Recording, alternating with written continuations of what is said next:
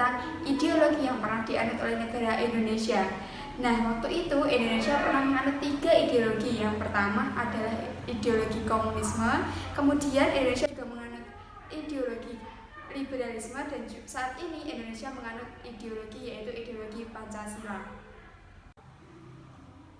Tugas ini kami buat untuk memenuhi tugas mata kuliah pendidikan Pancasila, yaitu dengan dosen pengampu mata kuliah yakni Bapak Sandihara Ottowasito STMT.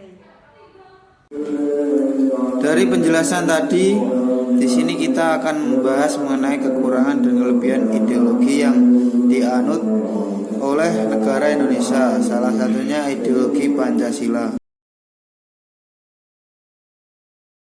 Pancasila merupakan hasil perenungan yang mendalam dari tokoh-tokoh kenegaraan Indonesia untuk mengarahkan kehidupan bangsa Indonesia dalam bernegara.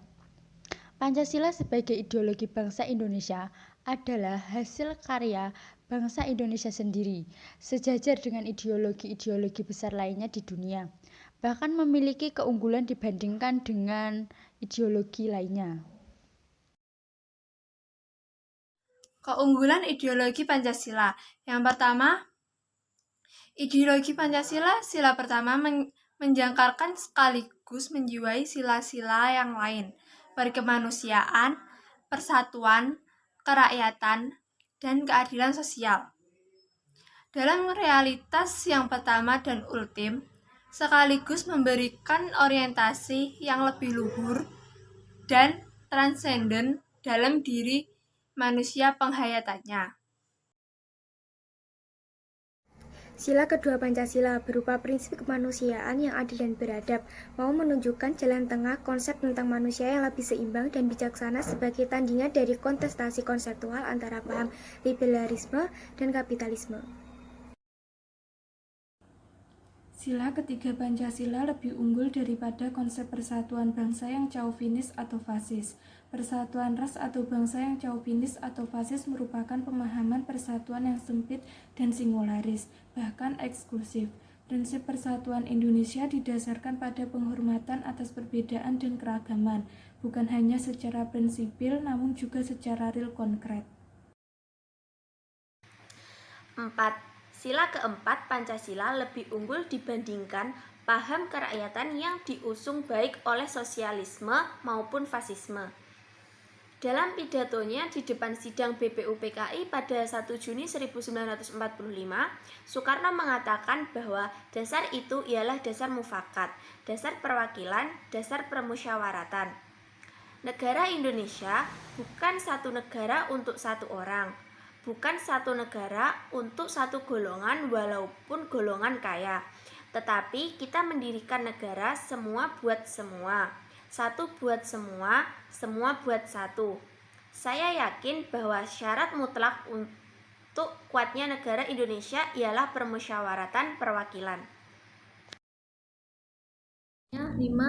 Konsep sila kelima Pancasila yang berimplikasi pada konsep kesejahteraan sosial dan demokrasi ekonomi lebih unggul daripada konsep pasar bebas yang diusung liberalisme, kapitalisme, dan bentuk barunya, yaitu paham neoliberalisme maupun ekonomi yang dikontrol sepenuhnya oleh negara seperti tampak dalam paham komunisme maupun fasisme. Menurut Sri Edi Swasono, sistem ekonomi Indonesia dapat difokuskan pada wawasan yang dikaitkan dengan sila Pancasila, yaitu berorientasi pada 5 sila Pancasila dengan tekanan pada sila keadilan sosial, yang berarti kegiatan ekonomi menggunakan asas persamaan demi kemakmuran masyarakat, bukan kemakmuran perseorangan. Hal ini paling jelas terwujud dalam konsep demokrasi.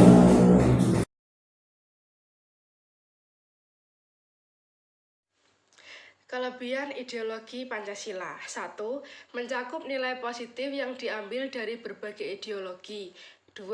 Menutup kelemahan dari kedua ideologi yang bertentangan.